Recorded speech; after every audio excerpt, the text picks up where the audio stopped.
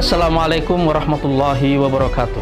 Selamat datang di Partai Gelombang Rakyat Indonesia. Partai ini ditakdirkan lahir di tengah krisis global berlarut akibat pandemi COVID-19. Tapi kami justru datang berbagi mimpi besar menjadikan Indonesia sebagai 5 besar dunia. Itu adalah perwujudan dari amanat para pendiri bangsa untuk ikut serta melaksanakan ketertiban dunia.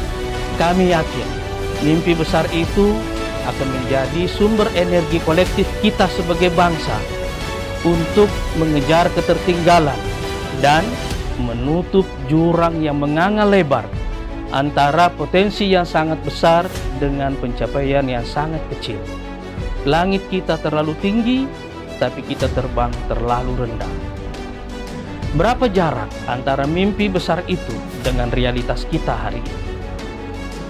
Untuk menempuh jarak itulah, kita harus merumuskan arah baru Indonesia sebagai peta jalan masa depan, mengkonsolidasi seluruh potensi kita dalam semangat kolaborasi, dan meledakkan kemampuan inovasi kita untuk menemukan terobosan-terobosan besar baru. Sebagai partai yang berasas Pancasila, kami mengajak seluruh rakyat Indonesia untuk bergabung bersama Partai Gelombang Rakyat Indonesia atau Partai Gelora Indonesia untuk menciptakan gelombang sejarah baru menuju 5 besar dunia. Wassalamualaikum warahmatullahi wabarakatuh. Saya Anies Mata, Ketua Umum Partai Gelombang Rakyat Indonesia.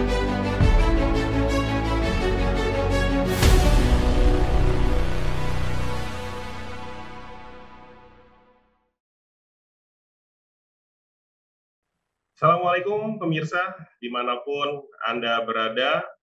Selamat datang di program Ginetrum Gelora TV. Bersama saya Muhammad Fauji, host Ginetrum. Ginetrum adalah sebuah program yang menyajikan banyak kisah dan informasi dan berbagi komunitas dari berbagai komunitas dan tokoh.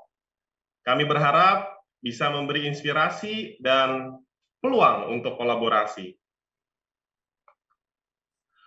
Pada episode kali ini, kita akan mengangkat sebuah topik yang tentu sangat menarik, di mana kita sudah menghadirkan para pejuang jalanan, kita sebut, dengan topik pengemudi online berjuang di tengah pandemi.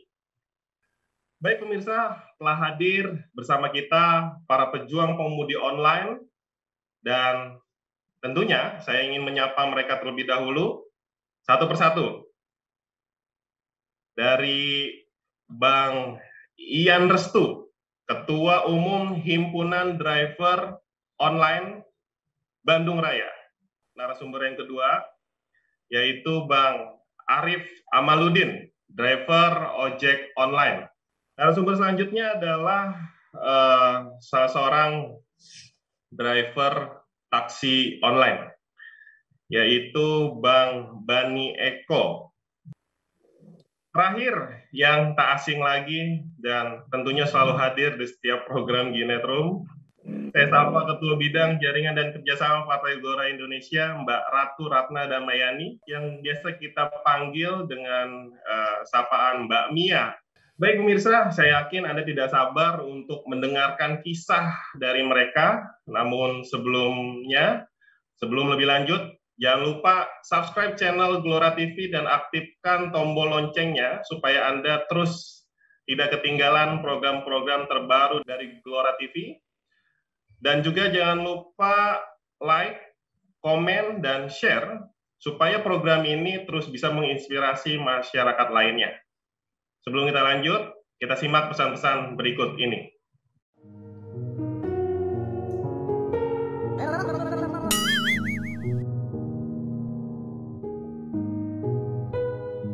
Lima besar dunia,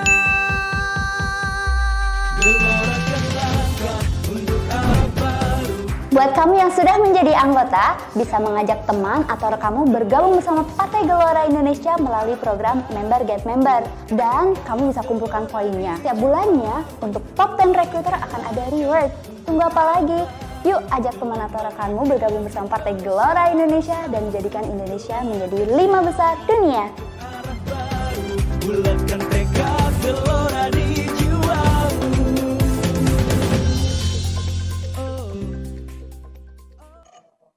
Baik pemirsa, kita kembali lagi di Ginetrum Gelora TV.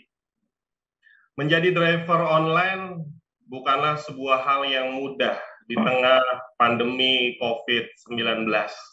Saat ini kita sudah kedatangan narasumber yang luar biasa. Mereka mampu menjalani profesi mereka masing-masing dengan sangat luar biasa, tentunya memiliki tujuan untuk bisa tetap bertahan meskipun saat ini dalam kondisi pandemi. Kita langsung ke narasumber yang pertama, yaitu ke Bang Arif. Bang Arif. Ya, Bang Bauji. Kita langsung ngobrol ya, Bang ya? Iya, Bang. Sudah berapa lama, Bang, di online? Kurang lebih 4 tahun. Oh, iya. Berarti 2000 berapa ya? 2017, 16. Ya, 2017, 16. Oke. Sebelum di ojol, Bang? Sebelumnya di perusahaan-perusahaan swasta, Bang. Di perusahaan swasta? Iya. Oke. Karena Sebagai? Sebelumnya saya jadi OB dan messenger. Oke.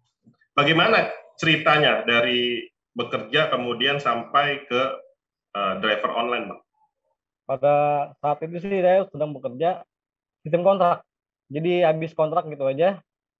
Dan saya bingung entah mau kemana. Akhirnya saya daftar ojol aja deh. Yang efisien dan mudah untuk masuknya juga sebagai ojek online. 4 tahun itu kan bukan hal yang sebentar ya. Iya, benar. Itu cukup panjang. Kalau diceritakan itu pasti ceritanya juga panjang. Antara belum pandemi dan setelah pandemi. Bisa ceritakan, Bang? Ya, sebelum pandemi itu masuk ke Indonesia, alhamdulillah nggak terlalu buruk banget ya pendapatan. Tapi setelah pandemi ini pendapatan turun drastis. Dulu kalau sebelum pandemi itu bisa berapa tuh kalau dapat pulang katakan gitu? Iya. Sebelum pandemi ini dulu tuh pendapatan ya, alhamdulillah bersyukur ya. Sekarang 100, sekarang 150 dan lebih bagusnya sekarang 200. Bersih ya? Bersih. Iya, bersih. Kemudian setelah pandemi? Setelah pandemi ini ya benar-benar turun drastis. Hanya 50, bervariasi lah, kadang-kadang 60, 70. Itu bersih bawa pulang segitu. Bawa 50.000 aja udah alhamdulillah banget. Tapi pernah sama sekali nggak dapat ini orderan? Sama sekali nggak dapat. Pernah ngalamin saya. Artinya dari 150 ke 50.000, 60.000 itu kan artinya sekitar hanya 30% ya? Ya. Dari yang biasanya ya? Ya, hanya kalau 60 atau 50 itu jarang banget. Kadang-kadang hanya 40, 35, hanya dapat 3 orderan. Oh, 3? Dia dapat 3 orderan, 3 trip lah sehari itu. Paling banyak berapa kalau sekarang, Bang? Trip? Paling banyak itu udah dapat orderan itu 6-7 udah paling bagus banget. Di masa pandemi seperti ini. Sebelum pandemi ya bisa sampai 15 trip. Bonus masih ada tapi kalau bonus. Kalau untuk bonus itu kita ada, tapi untuk mencapai bonus sekarang susah banget. Benar-benar susah. Bisa dapat berapa kalau tembus 125 berlian? 125 berlian itu per berliannya 100 perak. Nah, tentu kalau dalam kondisi yang saat ini sedang pandemi, kita melihat apalagi PPKM darurat, ada penyekatan, kemudian ada tidak banyak penumpang ya, pastinya. Pastinya udah nggak ada penumpang. Apa orderan yang paling banyak saat ini didapat? Untuk saat ini ada pandemi ini, orderan itu paling banyak itu hanya food saja ya. food dan barang. Kalau barang juga jarang banget. Ya paling Oh, hanya food aja. maksimum sekarang 6 ya Bang ya, Iya, rata-rata. maksimum 6 itu udah top lah buat kita juga udah bagus. Ada kendala nggak PPKM darurat ini? Kalau salah sebenarnya kendalanya hanya lockdown ya di setiap wilayah. Kita tuh agak susah masuk untuk mengantarkan barang ke customer. Jadi kita hanya sampai depan aja di depan gerbang, dititipkan ke security, nanti kita tinggal konfirmasi ke customer bahwa barang tuh atau makanan itu udah ada di security gitu. Pasien isolasi mandiri itu banyak yang pesan ini ya, food ya. Iya, banyak yang mesan food, banyak. Oke. Berarti nggak ketemu dengan mereka ya, karena isolasi kan? Ketemu Bang, ketemu. Oh ketemu ya? Jadi kita hanya jaga jarak aja di depan rumah, mereka pada di dalam, dan makanan itu saya gantung aja di pagar. Jadi kita nggak ada kontak fisik. Jadi sebelum ada orderan itu notisnya itu udah ada pesan bahwa mereka tuh sedang isolasi mandiri, nanti untuk makanan digantung di pagar aja, udah gitu aja. Ini dalam situasi pandemi seperti ini, penghasilan terpangkas tinggal 30%, Anda bisa, tadi sudah ditanyakan sama Mas Fauzi, cukup itu, Bang. Anda sudah Alhamdulillah saya menikah? cukupi. Anda sudah menikah? Sudah Ibu, sudah Ibu. Anak 1. Ya, itu cukup itu penghasilan yang dibawa itu untuk bayar apa? Bayar kontrakan, kemudian untuk makan dan lain-lain gitu. Sebelumnya saya ngontrak, setelah saat pandemi masuk ke Indonesia, sebelumnya saya ngontrak Bu di daerah Bekasi. Bertahan hanya sebulan atau 2 bulan saya balik lagi Bu ke orang tua. Jadi sekarang saya sama orang tua. Iya, Hasil yang dibawa tidak cukup untuk bayar kontrakan. iya. Nggak cukup Bu. Pulang Belum ke rumah orang tua. makannya. Iya, sekarang saya tinggal sama orang tua. Ini dalam situasi seperti sekarang ini, selain untuk survive, untuk tetap bertahan hidup, jadi Anda tetap bertahan sebagai driver online dan ada pekerjaan sampingan, bekerja Iya, Ibu. sebagai Tim motor di penyucian. itu rutin setiap hari. Rutin Bu setiap hari. Karena jarang banget orderan kan ya. Akhirnya saya beralih ke Steam lah untuk nambah-nambahin kebutuhan di dapur. Apa yang Anda rasakan dalam situasi seperti sekarang ini? Hidup Ya apa kita mencari pendapatan semakin susah gitu. Apa yang Anda rasakan sekarang? yang saya rasakan saya hanya ya bersabar, legowo dengan keadaan saat seperti ini, ya terus berikhtiar aja. Nggak ada yang nggak mungkin. Yang nggak bisa. Anda Pasti bisa. Bro. tidak perlu merasa harus protes atau bagaimana? Oh itu nggak perlu. Kita bawa happy aja. Udah happy Kita dengan bersenang. penghasilan yang terpangkas besar gitu. Ya mau gimana lagi Bu, kita harus legowo, nerima dengan keadaan saat ini. Ya kita terima aja. Kita harus banyak-banyak bersabar. Jadi sekarang ini kita kan lagi diuji. Anda yakin dengan menjadi driver online itu Anda bisa tetap bertahan mendapatkan income? Sangat yakin Bu. Kalau untuk saya pribadi ya yakin aja. Saya terus terang jadi penasaran ya gitu, dalam situasi seperti ini gitu. Terus terang untuk kita melihat teman-teman pengemudi online itu yang terdampak sangat besar gitu ya. Dan tadi Ya. sudah diceritakan oleh Bang Arief bahwa uang tinggal 20%, 30% sampai harus keluar dari kontrakan, pulang ke rumah orang tua gitu.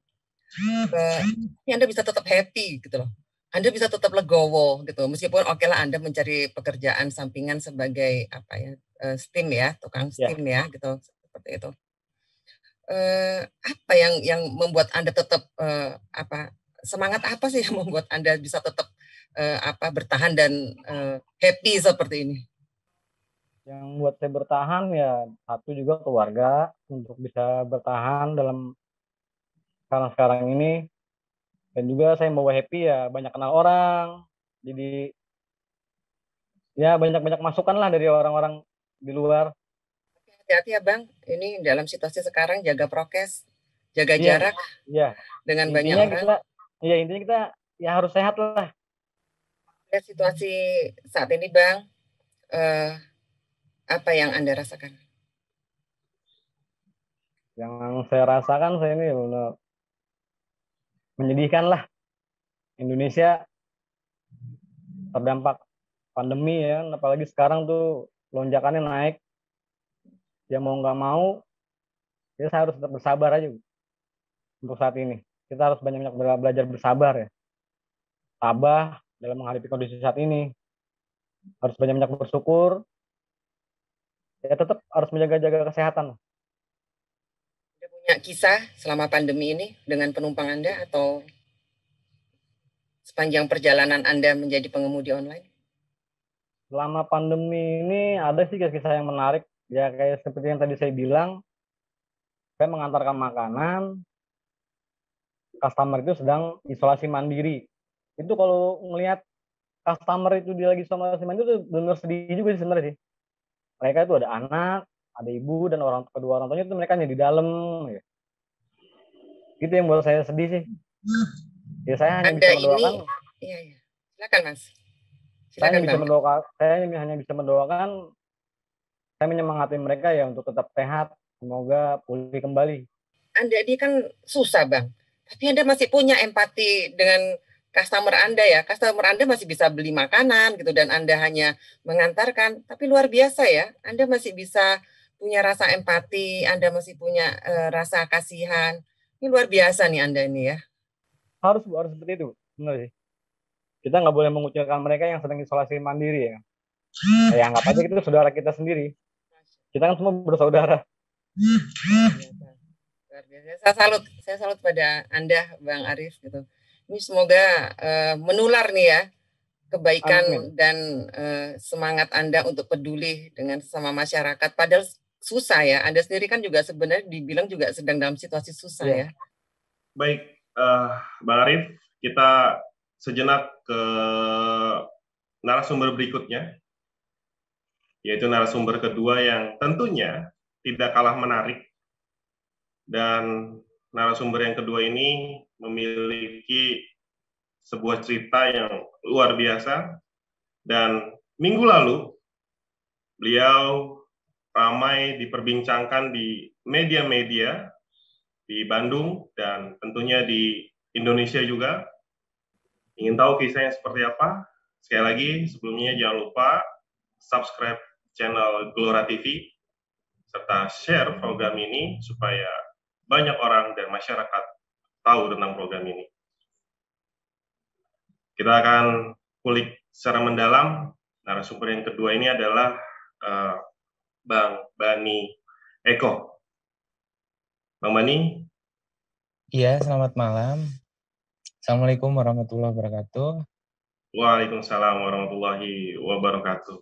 Bang Bani, saya dapat baca-baca di media online ya, beberapa minggu lalu tepatnya.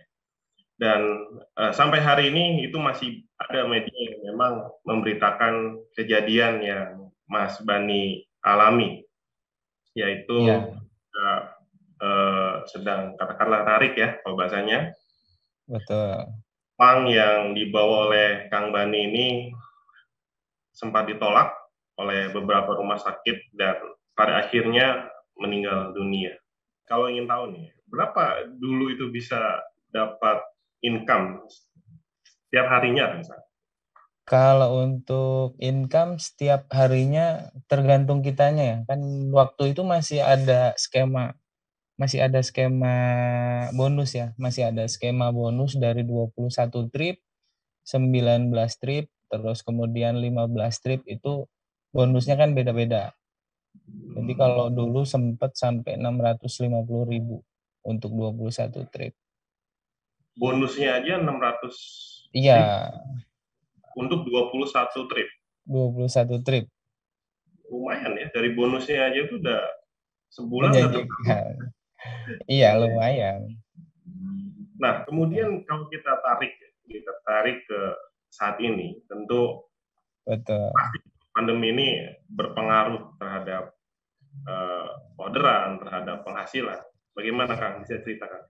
Kalau untuk sekarang, untuk skema bonus itu ada. Skema bonus sebenarnya untuk saat ini itu masih ada. Cuman kita untuk ngejar dapatnya itu yang susah. Susahnya kenapa? Karena memang orderannya yang berkurang drastis itu. Mas Bento, itu dari penghasilan sebelum pandemi sampai sekarang, itu kira-kira terpangkas sampai berapa persen kalau untuk taksi online? Kalau Kalau untuk tadi untuk ojol kan bisa menyisakan tinggal 20% ya, maksimal iya, 30%. Nah, kalau untuk taksi online, kalau untuk taksi paling kita dapat ya bersihnya berapa? tinggal 10% lah kalau untuk saat ini. Dan ini sudah berlangsung 1,5 tahun. Enggak sih, kalau yang 10% ini baru pas musim sekarang PPKM. Kalau Nah, sebelumnya masih bisa bertahan di angka 20%-an. sisa 20% maksudnya. Iya, Dan sekarang melorot lagi tinggal 10%. sekarang lebih nangis lagi kayaknya. Betul. Bagaimana Anda mensiasati penghasilan yang tinggal 10% itu? 10 antara 10 sampai 20% ini. Tadi kalau Bang Arif kan nyambi jadi tukang steam ya di Iya, pencucian motor gitu. Kalau Anda? kalau saya kebetulan istri saya kan punya buka warung ya. Buka warung kelontongan kecil-kecilan. Jadi alhamdulillah masih ada tenaga lah kalau untuk makan alhamdulillah masih cukup. Anda tapi masih tetap bertahan untuk Insya Allah tetap harus bertahan. sebagai pengemudi taksi online. Iya, harus Itu itu harus. mobil sudah punya sendiri? Alhamdulillah, cuman Sudah lunas? masih punya leasing. Belum. Itu dengan 10% masih bisa bayar cicilan itu. Insya Allah masih ketutup. Tambah puasa dikit lah. Bani, ini saya ikut Iya. membaca perihal Anda yang sangat viral ya di media online ya. Bisa cerita itu, kenapa Anda sampai bisa viral? Sebenarnya itu ceritanya lumayan menarik kalau menurut saya karena order yang saya ambil itu pagi-pagi itu tuh sebenarnya order kan penglaris ya. Order pertama kali masuk karena saya on langsung dapat itu order. Dan sebelum saya lihat map sama baca tujuan itu customer itu udah sempat nelpon duluan ke saya dan si customer minta, "Kang, saya minta tolong jangan di-cancel," gitu lah. "Loh, ini ada apa kok sampai bilang kayak gini?" Insya Allah sama saya nggak di-cancel. Padahal posisi saya itu kurang lebih untuk ke tempat penjemputan itu jauh. Jadi kurang lebihnya 4 kilo setengah kalau dari posisi saya nongkrong sama titik penjemputan. Nah, pas saya lihat setelah beres nelpon, CS-nya itu saya lihat ternyata jaraknya lumayan jauh. Ini kenapa pas saya lihat dari riwayat ordernya itu tujuannya ke rumah sakit, ke salah satu rumah sakit. Makanya pantesan dianya ternyata setelah saya samperin itu ternyata si customer ini sudah di-cancel sama 5 driver. Karena kalau lihat dari tujuannya kan ke rumah sakit, kebetulan dalam masa pandemi ini kalau ada order yang menuju ke rumah sakit itu pasti kebanyakan di-cancel sama driver. Anda tidak Ada. khawatir itu pasien COVID? Kebetulan kalau khawatir pasti ada, cuman kalau untuk saya sendiri kalau mau cancel itu pasti saya datengin dulu. Saya pasti memastikan dulu datengin karena saya punya prinsip order yang ke rumah sakit itu kan tidak semuanya COVID ya. Jadi saya datengin dulu, saya tanyain dulu baik-baik. Kalau memang COVID saya pasti minta maaf untuk di cancel, tapi kalau enggak insya Allah pasti saya pick up. Saya pick up di situ dengan tujuan ke salah satu rumah sakit di Jalan A. Nasution. Itu tepatnya di Arca Manik di situ. Saya datengin customer, terus saya tanya dulu, "Kang, biasanya kalau dari klinik gini suka ada surat surat rujukan. Kalau pasien mau dipindahin dari klinik kan biasanya ada surat rujukan tuh. Nah, saya lihat dulu ternyata alhamdulillah bukan pasien COVID, tapi itu pasien yang sakitnya mah kronis. Kondisi pasien ini udah lemah banget ya, udah kritis lah, boleh dikatakan kritis. Kemudian kita jalan seperti biasa sesuai dengan map yang ada di aplikasi, kita jalan menuju ke rumah sakit itu. Setelah sampai di rumah sakit tujuan sesuai dengan aplikasi, Nah, itu saya bantuin si anaknya ini, kan kebetulan penumpang saya kan bertiga. Jadi posisinya itu pasien terus kemudian suami almarhum, ibunya yang meninggal, kemudian sama anaknya, anak bungsu, anak yang paling kecil. Nah, itu si anaknya yang bawa surat rujukan. Karena dianya mungkin belum tahu, nah sama saya dibantuin karena kita kan sering dapat dari dulu beberapa tahun kan kita sering dapat customer yang menuju ke rumah sakit. Jadi kita mungkin lebih hafal lah tujuannya kemana dulu. Makanya si anak ini saya arahin kasihin ke satpam pertama. Jadi Anda tidak hanya sekedar mengantarkan ke rumah sakit, tetapi ikut juga Iya. membantu menguruskan di rumah sakit. Iya, kebetulan Service alhamdulillah. excellent banget ya nih ya, driver Alhamdulillah. taksi online ini. Alhamdulillah, Masya Allah. Mohon. Selama musim COVID ini, Anda sering mendapatkan orderan mengantar penumpang ke rumah sakit rupanya ya? Sering banget. Iya, nah, setelah anaknya keluar ternyata si ibu ini tidak bisa dirawat di situ. Dia cerita bilang ke saya kan ngomongnya seperti nggak bisa dirawat di sini, terus gimana kata dia. Waktu itu aplikasi sih memang belum saya entrip ya, masih on trip itu aplikasi. Terus kemudian saya kan juga karena lihat dari kondisi pasien yang sudah kritis kayak gitu, nggak mungkin lah kalau saya entrip di situ terus kemudian saya turunin penumpang, kayaknya saya juga nggak tega juga, makanya saya sendiri nggak tega, makanya si anaknya ini minta dianterin ke salah satu rumah sakit yang ada di Jalan Soekarno-Hatta. Oke, jadi di rumah sakit yang pertama ditolak. Ditolak. Padahal Anda mestinya hanya sampai di rumah sakit itu ya, sesuai dengan tripnya ya. Iya, kalau sesuai aplikasi saya harusnya turunin mereka di situ. Tapi Anda tetap bersedia mengantarkan ke rumah sakit selanjutnya. Alhamdulillah masih saya anterin itu. Kemudian aplikasi saya entrip, terus kemudian saya matiin aplikasi. Si pihak keluarga kan minta dianterin ke salah satu rumah sakit yang ada di Soekarno-Hatta, makanya sama saya dianterin. Saya lihat kondisi pasien juga, karena memang sudah kritis, makin lama makin ngedrop, saya ngambil jalan pintas. Jadi kita motong jalan lumayan buat nyari waktu yang paling cepat buat sampai ke rumah sakit yang dituju sama anaknya itu. Ini luar biasa ya Mas Bani ini. Anda seperti merasa ikut bertanggung jawab terhadap kondisi pasien gitu ya. Sampai harus memilih jalan yang tercepat gitu yang supaya segera sampai ke rumah sakit. Ini Iya. memang sikap seperti ini customer service atau memang ini gimana? Atau memang Anda terpanggil spontan untuk membantu? Spontan, kayaknya kita memang harus saling membantu sih kayaknya. Itu jadi setelah sampai di rumah sakit kedua itu kita nunggu kurang lebih setengah jam, si anaknya ini tetap sama saya arahin, karena di situ saya juga hafal tempat-tempatnya untuk pos surat rujukan itu saya alhamdulillah hafal. Saya tunjukin ke anaknya ke sana, dia masuk sendirian, saya tetap nunggu di luar dekat kendaraan. Itu di sana penuh, kondisi pasien yang ngantri itu penuh banget. Ternyata sama hasilnya, di sana juga ibu ini tidak bisa dirawat. Terus untuk waktu itu anaknya sama suaminya ini malah minta pulang. Di rumah sakit kedua ini, padahal kalau saya lihat kondisi pasien ini nggak mungkin dibawa pulang, dia harus dapat perawatan medis secepatnya kalau saya lihat. Jadi sudah begitu kritis kah ya? Iya, itu udah kritis, bahkan kalau bisa diceritain ya, saking sakitnya dia sampai nggak bisa ngomong gitu loh.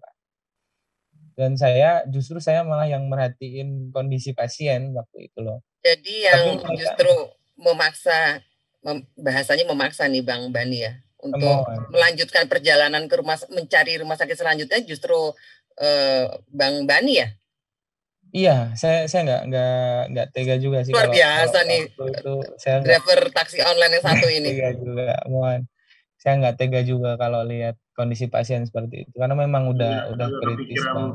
nyari trip ya. Iya, padahal kan Anda Udah, belum dapat orderan tuh hari itu ya.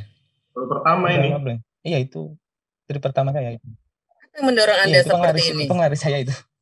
Apa yang mendorong Anda melakukan ini yang Anda lakukan itu apa dorongan yang terbesar yang Anda lakukan itu? Itu sebenarnya dari istri saya kalau setiap saya keluar dia pasti ngasih tahu jangan jangan berhenti berbuat kebaikan. Istri saya pasti bilangnya seperti itu. Ngasih taunya ke saya itu. Setiap hari, setiap kali saya Kemudian tetap dilanjutkan ke rumah sakit selanjutnya atau balik seperti permintaan penumpang? anak bungsu ini minta pulang. Bapaknya pun juga minta pulang. Terus cuman yang dua, yang cewek sama yang cowoknya ini kan naik motor. Ternyata dia nyari rumah sakit juga yang kosong di Bandung. Nyari rumah sakit yang kosong di Bandung. Ternyata ada salah satu rumah sakit yang kosong. Kebetulan agak jauh sih dari lokasi yang kedua ini agak jauh. Terus kita jalan ke sana. Cuman di situ ada dari Jalan Soekarno-Hatta belok ke kanan. Jadi saya ngejelasin ke anaknya sama bapaknya ini kan mintanya lurus itu. Ini kalau kita lurus ini makin banyak penyekatan. Makanya saya ngerekomendasikan juga untuk belok ke kiri ke jalan Gatot Subroto. Kalau kita Itu lurus untuk itu banyak sekali penyekatan. mempersingkat waktu supaya segera sampai di rumah sakit, begitu ya, Bang Bani Iya, ya? betul. Itu kan Apakah benar-benar sampai rumah sakit? nggak nyampe, malah justru nggak nyampe rumah sakit. Karena saya makin penasaran sama pasien yang saya bawa ini. Saya lihat mohon maaf untuk matanya itu udah lihat ke atas ya, udah lihat ke atas kondisi pasien. Saya ingat banget itu matanya udah lihat ke atas, kemudian tenggorokannya ini udah ngorok gitu, udah ngorok. Di situ saya ngasih tahu ke bapaknya yang mangku, Pak coba ibu bangunin, Pak coba ibu bangunin. Saya bilang gitu, bapaknya nggak apa-apa, ini mah ibu mah kuat. Kata bapaknya masih belum percaya itu. Makanya, Pak tolong Pak coba ibu sekarang bangunin gitu loh. Kasihan kalau sampai tidurnya kayak gitu. Ibu kuat nggak kira-kira sampai ke rumah sakit? Saya bilang gitu kan. Bapaknya juga nggak ngeh walaupun digendong sama bapaknya gini di sini itu udah nggak ngeh, dia nggak merhatiin istrinya gitu loh. Justru saya malah lihat dari spion tengah, kan kita di mobil ada spion tengah itu, saya lihat kok ibunya udah nggak kayak yang tadi, mukanya udah putih, udah pucat gitu. Jadi Anda yang tahu lebih dulu ya, Bang Bandi. Iya, Anda memperhatikan terus ya keadaan penumpang Anda ya. Jadi iya antara betul. melihat ke depan dan melihat ke penumpang ya Anda ya. Betul, karena anaknya yang di sebelah saya, yang duduk di sebelah saya kan dia sibuk sama telepon kakaknya. Jadi pas saya lihat di situ itu mukanya udah putih, terus kemudian posisi matanya udah merem juga. Dia punya inisiatif untuk menepi sendiri. Saya minggir waktu itu. Saya minggir kemudian saya turun. Malah bapaknya ini nanya sebenarnya, kenapa kok turun katanya kan gitu. Saya buka pintu belakang, saya cek nadi. Saya cek nadi di sini, kemudian saya cek nadi di sini sama napas ini udah nggak ada. Cuman waktu itu saya nggak bisa ngomong ke keluarga. Waktu itu saya udah nggak bisa ngomong untuk nyampein itu, saya nggak berani. Bang Bani, Anda dapat keterampilan ini semua dari mana? Dari dari nonton film juga sih. Luar biasa. Ini luar biasa gitu ya. Selanjutnya, jadi Selanjutnya, penumpang meninggal di kendaraan yang Anda bawa. betul. Ya, itu Ini pengalaman yang keberapa nih Bang Bani? yang pertama. Ini yang pertama dan moga aja yang terakhir. Bagaimana perasaan Anda pada saat Perasaan itu?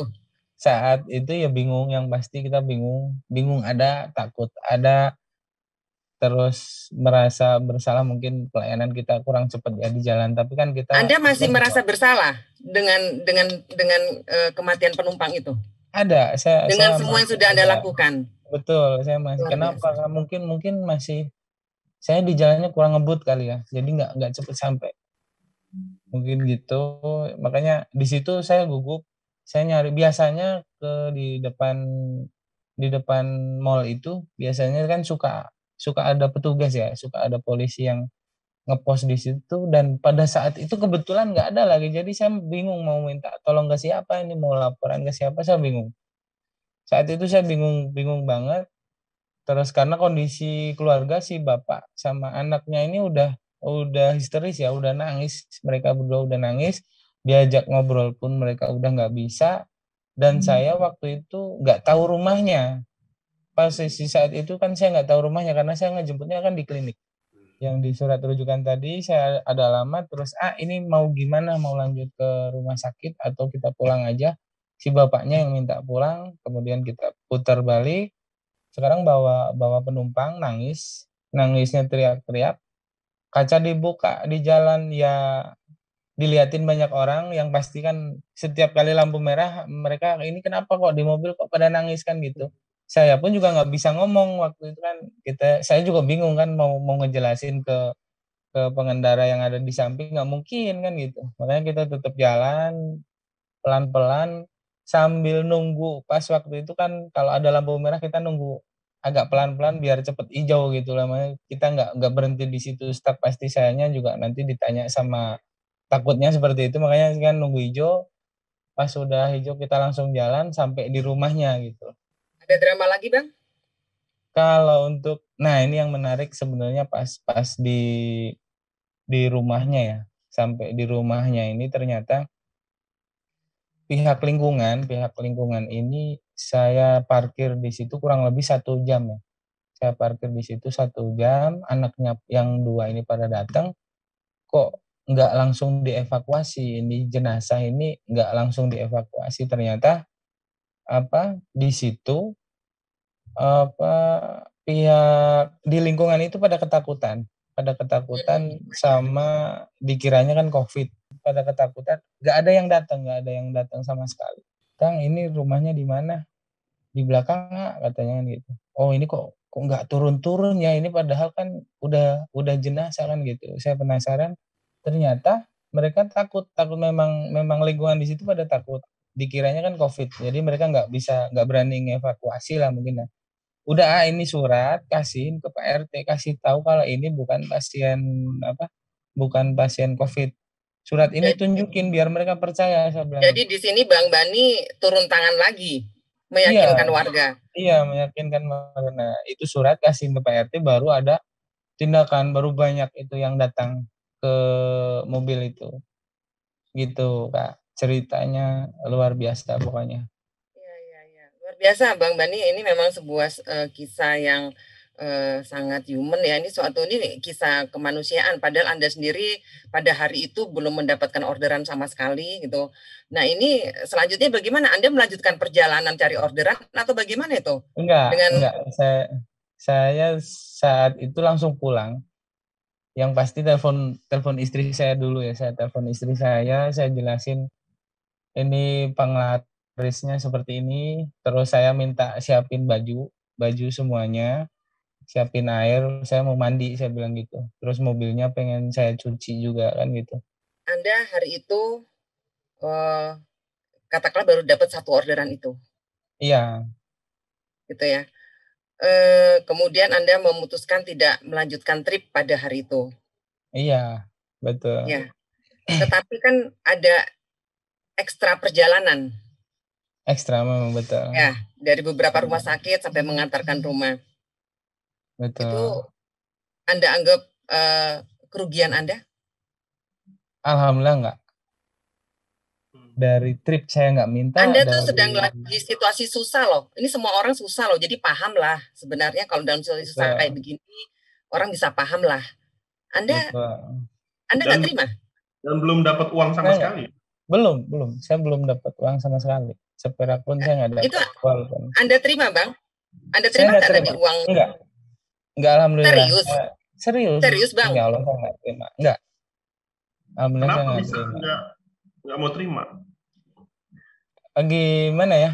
Saya mungkin memang lagi susah ya. Tapi kebetulan penumpang saya kalau saat itu kan lebih susah dari saya. Gitu. Saya serahin aja, Bapak ini nggak usah bayar. Ini buat ngurusin aja, saya bilang gitu. Iya Bang Bani, ini kan situasi susah sekarang. Betul. Penghasilan tinggal 10%. Iya. Gitu kan. Semua orang juga paham Bang, gitu loh. Iya. Tapi ini keyakinan Anda dari mana ini bisa Anda bersikap tulus seperti itu? Gimana ya ngejelasin? Atau tabungan udah banyak, Bang? Alhamdulillah habis.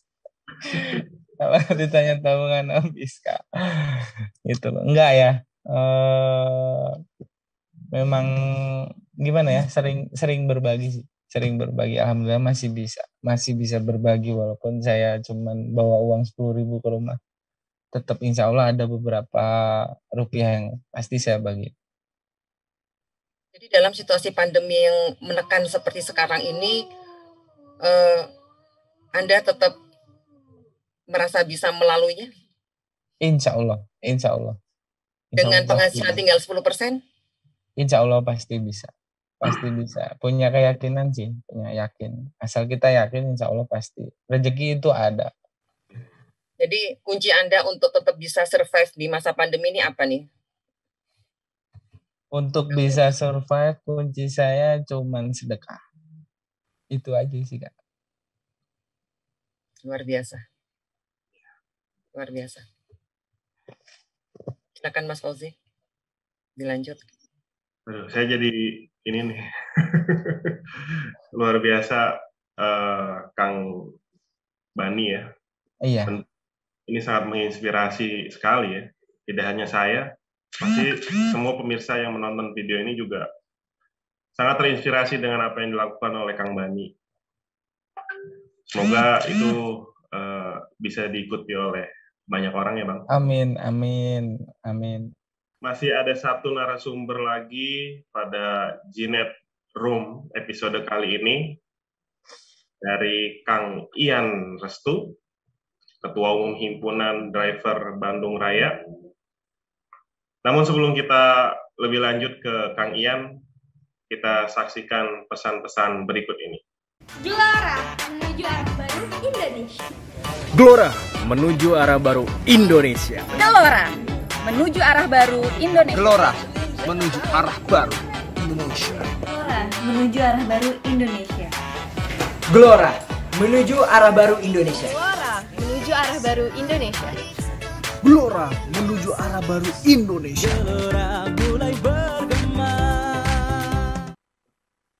Baik pemirsa, kembali lagi di Ginet Room Gelora TV. Narasumber ketiga kita kali ini seorang driver ojek online bernama Ian Restu, sekaligus Ketua Umum Himpunan Driver Online se-Bandung Raya. Tentu akan banyak kisah inspiratif lainnya yang sangat kita tunggu-tunggu tentunya. Langsung aja saya menyapa Kang Ian. Masih terus narik. Kebetulan masa pandemi ini semenjak awal dari 2020 bulan Maret, memang saya secara pribadi sendiri memang sudah tidak narik. Jadi lebih banyak di ini ngurus himpunan driver ya? Alhamdulillah kita semua mungkin masih diberi kesempatan untuk selalu mendampingi kawan-kawan, selalu mengarahkan, membimbing diri saya dan diri kawan-kawan semua gitu dalam hal ini terkait masa-masa pandemi saat ini yang mungkin dirasakan kawan-kawan ini perlu motivasi atau semangat yang memang harus menggelora begitu. Iya. Berapa banyak Kang saat ini yang tergabung di himpunan driver? Untuk himpunan driver Bandung Raya saat ini data terupdate yang memang 2021 untuk Bandung Raya kita di 2.700 lebih, itu hampir 3.000 juga. Kemudian kita juga namun kita punya chapter di luar Bandung ini. Namanya chapter cabang kita.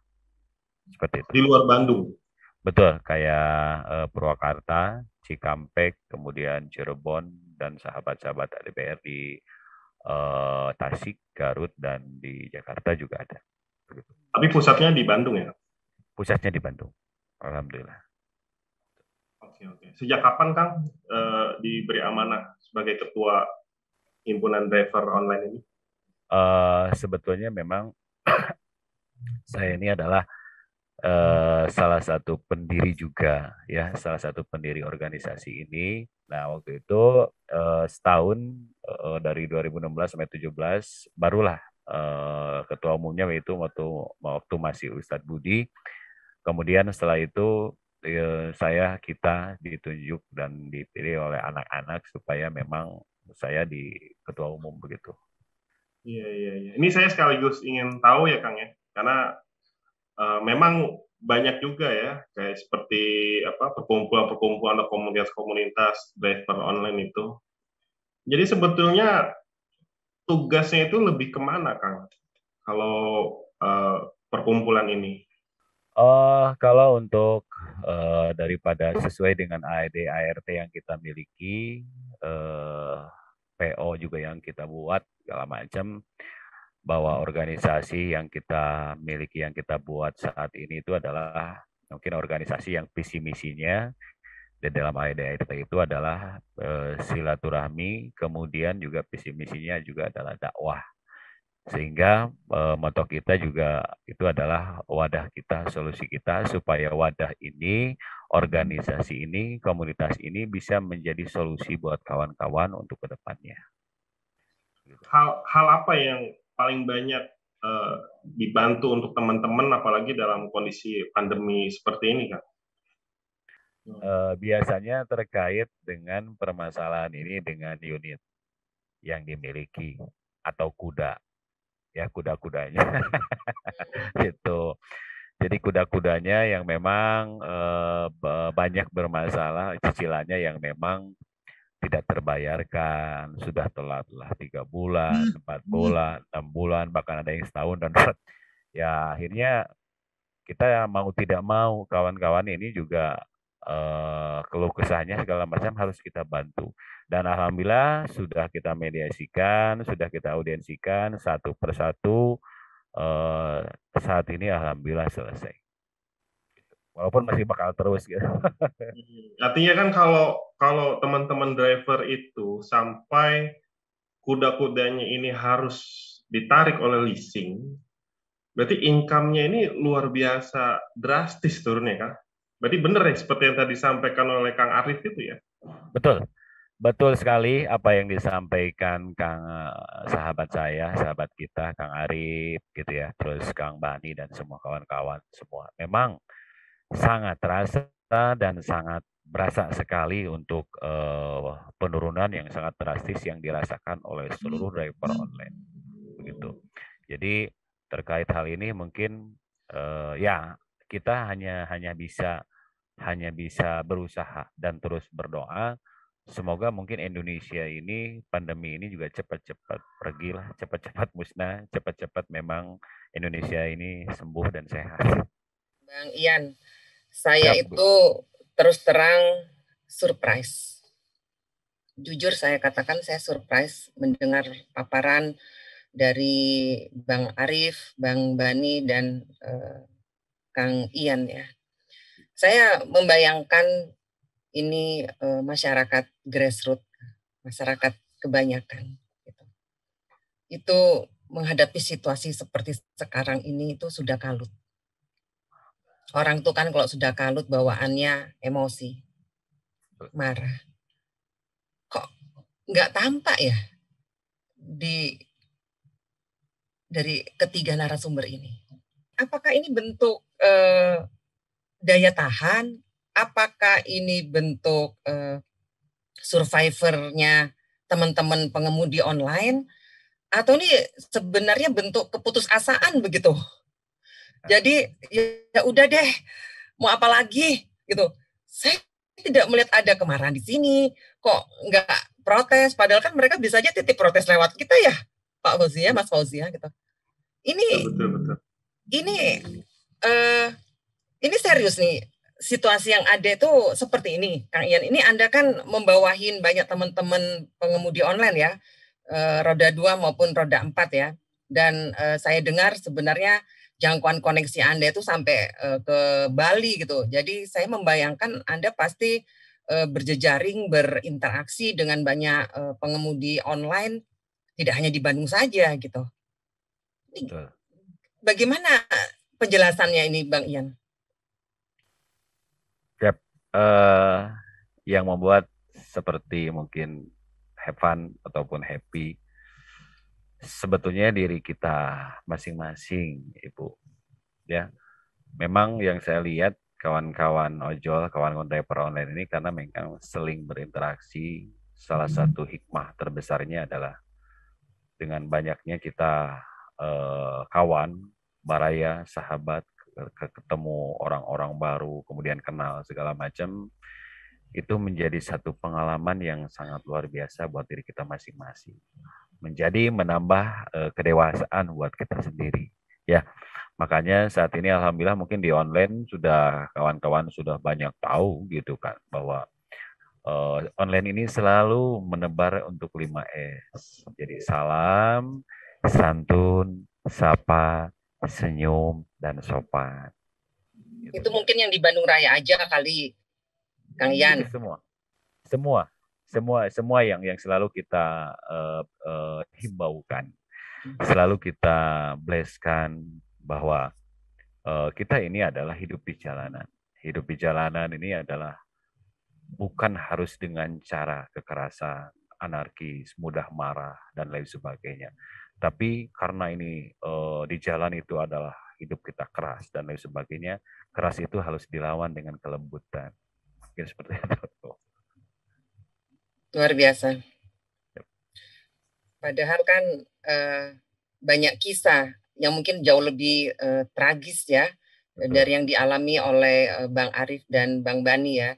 Saya juga banyak baca di online, bahkan sampai ada driver online yang bercerai gitu ya, karena ya pendapatan habis, ekonomi keluarga jadi sangat terguncang. Bahkan itu betulnya di Bekasi ada yang sampai bunuh diri begitu.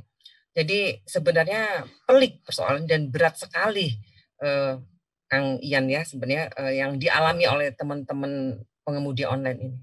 Justru masih bisa menebarkan kebaikan dan menolong penumpangnya, dan seperti Bang Arif merasa kasihan dengan pengordernya, Bang Bani justru lebih memiliki inisiatif untuk menolong penumpangnya. Ini luar biasa. Anda bisa menceritakan kisah-kisah dari pengemudi online lain yang mungkin bisa lebih dramatis, lebih tragis? Ada salah satu member kita yang waktu itu mungkin akhir 2020 suami istri ini adalah ojek online dulu. Kemudian tiba-tiba waktu itu pas malam-malam motor yang istrinya ini hilang di rumahnya pas parkir gitu. Nah kemudian saat ini kehidupannya adalah karena adanya satu motor, kemudian ini juga suami istri juga aktif di online, luar biasa aktifnya, sosialnya juga dan sebagainya sangat aktif. Akhirnya memutuskan saat ini sambil ngojeknya itu, dia itu mangkal di depan yang memang saat ini dia sendiri sambil parkir, sambil jadi jukir, juru parkir di jalan di salah satu di Surya Somantri atau di Pasteur gitu. Jadi di tempat itu, di pangkalannya itu, di satu resto itu, ketika suaminya dapat order, yang jaga parkir, yang jukir, juru parkirnya itu adalah istrinya. Ketika istrinya dapat juga order, suaminya lah yang memang dia jadi jukir, juru parkir tersebut. Ini luar biasa perjuangannya. Jadi bergantian ya. Untuk bertahan hidup, untuk mencukupi anaknya mungkin yang lagi masa-masanya, itu beliau ini hidup dengan seperti itu yang sangat luar biasa saya pikir. Oke, luar biasa. Dan tentunya pasti banyak lagi kisah-kisah dramatis yang dialami oleh teman-teman pengemudi online lainnya ya, Bang Ian. Banyak, insya Allah. Dan ini eksistensi dari paguyuban himpunan driver online ini memberikan banyak dukungan ya, memberikan banyak penguat dan manfaat ya kepada teman-teman pengemudi online ini. Karena itu adalah tujuan atau maksud daripada didirikan atau kita berada atau dihidup di organisasi itu. Saya sering katakan, jangan hanya cukup di komunitas atau di organisasi ini hanya untuk ngopi, hanya untuk beringkar dia, beringkar itu, ke sana ke sini, mondar-mandir, ngomongin orang dan lain sebagainya. Jangan seperti itu. Ya, harus mempunyai tujuan dan maksud kemana arah kita. Ya, ya alhamdulillah kawan-kawan, makanya kita sendiri HDBR ini juga sudah mencetuskan, bahkan sudah dari setahun setengah yang lalu kita juga memang punya PPOB sendiri, pembayaran online sendiri. Untuk loket-loketnya kita sudah punya loket sendiri. Kayak untuk pulsa, kemudian juga OPPO driver, top up driver, kemudian BPJS dan sebagainya kita sudah punya loket sendiri. Gitu kan. Di Bandung ini khususnya. Kemudian juga kita juga alhamdulillah saat ini kebetulan juga di belakang saya, di pinggir saya juga sembako kita memang juga bergerak gitu, berjualan sembako gitu. Jadi diaper ini kalau sepi, kalaupun hanya tidak punya penghasilan, istri-istrinya harus berjualan di rumahnya sembako yang sudah kita siapkan. Oh, stok barangnya disediakan oleh Paguyuban. Ada semuanya. Ini Ibu boleh di belakang saya juga tuh yang sudah dibungkus, terus di samping di gudang-gudang kita juga sudah kita siapkan buat kawan-kawan kita yang memang betul-betul ingin mempunyai penghasilan mungkin di sela-sela masa sulit saat ini. Apa yang paling dibutuhkan oleh teman-teman? Ya tentunya ada perbaikan pendapatan ya. Tetapi situasi sekarang ini pandemi memang kita tidak bisa memaksakan ketika penumpang atau masyarakat menahan diri untuk keluar rumah gitu. Nah ini situasi yang paling memungkinkan saat ini apa yang dibutuhkan oleh sebagian besar pengemudi online? Kawan-kawan ini pengemudi online ini tidak banyak keinginan permintaan mungkin ya dengan kondisi saat ini. Sebetulnya cukup buat jajan anak saja, kemudian dapurnya ngebul juga sebetulnya sudah alhamdulillah sudah cukup. Nah, kan kalau memang ada sisa itu jauh lah, itu bisa nabung segala macam mungkin. Hanya ada sih ada, paling hanya sebagian saja gitu kan. Nah makanya dengan sudah mendapatkannya misalkan cukup buat jajan anak, kemudian dapurnya juga bisa ngebul, itu mungkin kawan-kawan sudah bersyukur, sudah alhamdulillah. Menarik Bang Ian kisahnya. Semoga ini memang bisa support ya teman-teman yang lain di driver. Sebentar Kang Ian, saya mau ke Mbak Mia dulu nih. Siap, bangga. Mbak Mia, dari kisah-kisah yang sudah disampaikan oleh teman-teman narasumber, 3 narasumber tadi, apa yang paling menarik perhatian yang bisa Mbak Mia sampaikan? Buat saya semuanya sangat menarik dan sungguh membuat saya sangat terharu. Ini saya agak emosional ini gitu. Saya sungguh tergetar gitu mendengar paparan dari teman-teman semua, dari Bang Arif, dari Bang dan Bani dan Bang Ian. Jadi sungguh semakin meyakinkan saya pribadi bahwa masyarakat Indonesia itu sebenarnya adalah masyarakat yang santun. Masyarakat yang memiliki ketangguhan, masyarakat yang memiliki keuletan. Ini masyarakat yang kuat. Artinya tekanan pandemi ini luar biasa. Penghasilan tinggal 10%. Ini nggak bisa dibayangkan. Orang sudah masuk stres tinggi, bahkan bisa depresi. Tetapi yang saya lihat teman-teman ini tetap bisa bertahan, dan bertahannya tidak hanya sekedar bertahan. Mereka tetap bisa memberikan perhatian. Mereka bisa masih memiliki empati. Yang bisa jadi yang mereka beri empati itu orang-orang yang dari segi ekonomi di atas mereka. Jadi ya inilah sebenarnya basis kekuatan masyarakat Indonesia. Ini yang mungkin harus dipahami betul oleh pemangku amanah ya, oleh pemerintah saya sebut begitu. Coba dengarkan masyarakat ini. Coba lihat betul masyarakat ini dengan mata batin. ternyata permintaan mereka juga sederhana sekali. Saya membayangkan tadi, apalagi dari Bang Ian, saya membayangkan, wah ini namanya Ketua Umum Paguyuban udah pasti banyak protesnya ini. Gitu. Tetapi justru Bang Ian sebagai Ketua Umum Paguyuban berhasil menenangkan teman-temannya, berhasil menenangkan anggotanya dengan tetap produktif. Ini yang menarik. Jadi tidak hanya sekedar diam, tenang, tapi tetap produktif, tetap berjalan, tetap bekerja, tetap mengukur jalan, tetap berjuang di jalanan dengan segala keterbatasan, dengan jumlah penumpang yang terus-menerus menurun. Jadi mohon saya sampaikan pada para pejabat ya, gitu, yang sekarang memegang kekuasaan, yang memegang wewenang ya. Cobalah berkomunikasi, berbicara dengan masyarakat ini dengan bahasa yang penuh empati. Jangan intimidatif, jangan mengancam, apalagi sampai memprovokasi masyarakat ini marah. Karena ternyata masyarakat ini sudah bisa mengatasi dirinya sendiri. Kendati mereka dalam fase yang sangat tertekan. Saya tidak melihat stres, meskipun tadi saya pancing apakah ini bentuk keputusasaan gitu.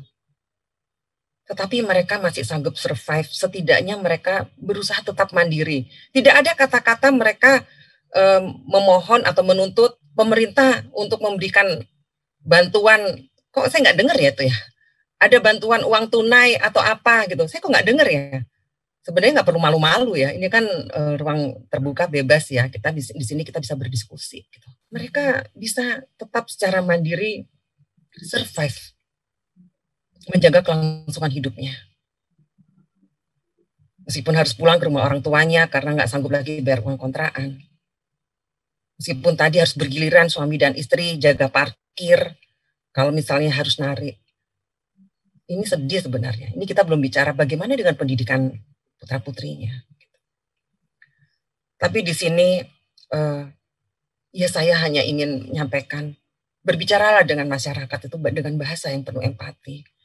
Ternyata masyarakat juga nggak perlu ditenangkan, mereka sudah bisa sanggup menenangkan dirinya sendiri, dan komunitas-komunitasnya pun dengan cerdasnya, dengan strategiknya bisa mengelola anggotanya untuk tidak anarkis, untuk tidak menjadi public disobedient, publik yang tidak mematuhi pemerintah.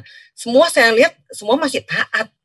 Sebenarnya dari sini kita melihat sebuah optimisme yang luar biasa, bahwa sebenarnya kalau masyarakat ini mendapatkan tauladan yang baik, mendapatkan sebuah kepemimpinan yang baik, yang kuat, ini sungguh tidak mudah sebenarnya untuk mengelola masyarakat Indonesia itu. Saya melihatnya seperti itu. Ini adalah masyarakat yang memiliki inisiatif tinggi untuk menolong dirinya sendiri, untuk menolong keluarganya sendiri, tetapi mereka juga ternyata masih bisa menolong orang lain, kendati sama-sama susah.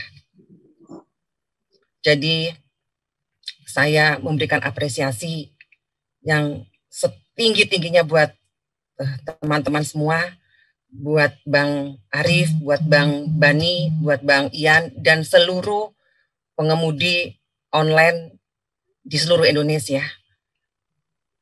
Jangan menyerah, terus optimis. Insya Allah pandemi segera berakhir dan buah manis akan kita rasakan bersama. Amin, amin, amin. Amin. Pemirsa, tidak terasa sudah 1 jam lebih kita bersama. Tentunya masih banyak kisah inspiratif yang perlu kita kulik lebih dalam, namun apa daya waktu yang harus memisahkan kita. Untuk itu, di sesi terakhir ini, saya ingin minta kepada seluruh narasumber untuk memberikan closing statement atau pesan-pesan singkat saja untuk para pemirsa Ginet Gelora TV. Untuk masyarakat Indonesia dan tentunya khusus ojol se-Indonesia, mari kita berjuang demi cita-cita yang kita impikan bersama untuk keluarga. Semoga dikabulkan Allah Subhanahu wa taala. Mudah-mudahan pandemi ini di Indonesia cepat berakhir. Baik, ya. Terima kasih Bang Arif. Selanjutnya Bang Bani. Iya. Silakan, Bang. Kalau dari saya sendiri, pesan buat teman-teman driver online seluruh Indonesia itu jangan pernah berhenti berbuat baik, karena Allah pasti memudahkan kita. Gitu aja. Terima kasih. Mantap. Jangan pernah berhenti berbuat baik, Kak. Jangan pernah berhenti berbuat baik. Ya, terima kasih Bang Bani. Selanjutnya Bang Ian. Terkhusus untuk para orang tua kami, ya, untuk yang betul-betul yang kami hormati dan kami cintai, para pemangku kebijakan. Siapapun di sana, siapapun itu, sembuhkan yuk bangsa ini, Indonesia ini yang sangat kita cintai dengan segenap ketulusan dan hati kita.